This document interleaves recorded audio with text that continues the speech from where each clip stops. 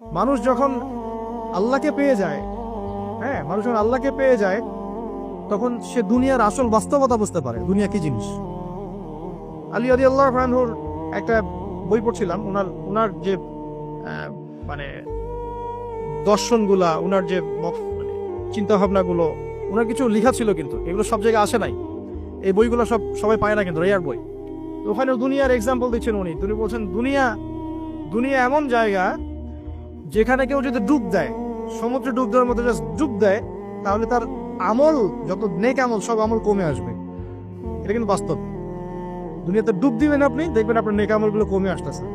তিনি বলছেন দুনিয়া হচ্ছে সাপের মতো। কেমন?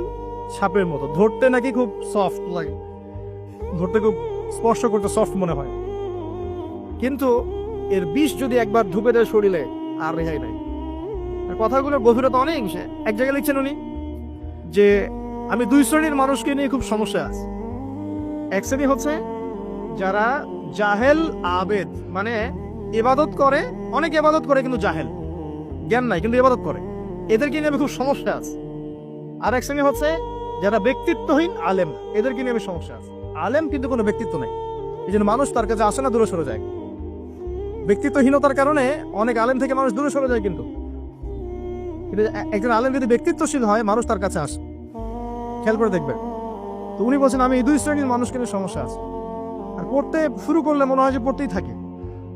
বলছেন যে আমি অনেক জায়গায় ঘুরলাম, অনেক কিছু দেখলাম, শুনলাম, বুঝলাম, শেষে গিয়ে বুঝলাম যে মানুষ শুধু স্বার্থের জন্যই মানুষের কাছে থাকে।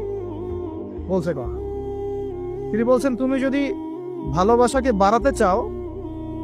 বাড়াতে চাও তাহলে মানুষের সাথে খুব বেশি মেলামেশা করতে যাও, একটু কম মেলামেশা করো, একটু দূরত্বে থাকো, তোমাকে মানুষ ভালোবাসবে।